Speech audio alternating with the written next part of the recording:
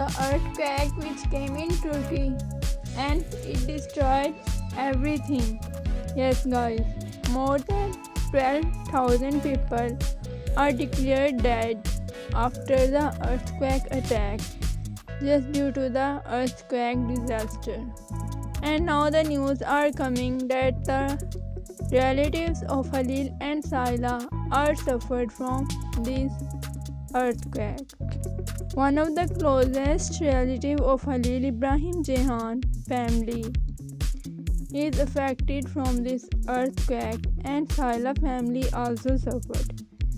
So it is a very bad news that the relatives of Halil Ibrahim Ceyhan and Sila Turkoglu suffered from earthquake disaster effects, and they are very sad and disappointed.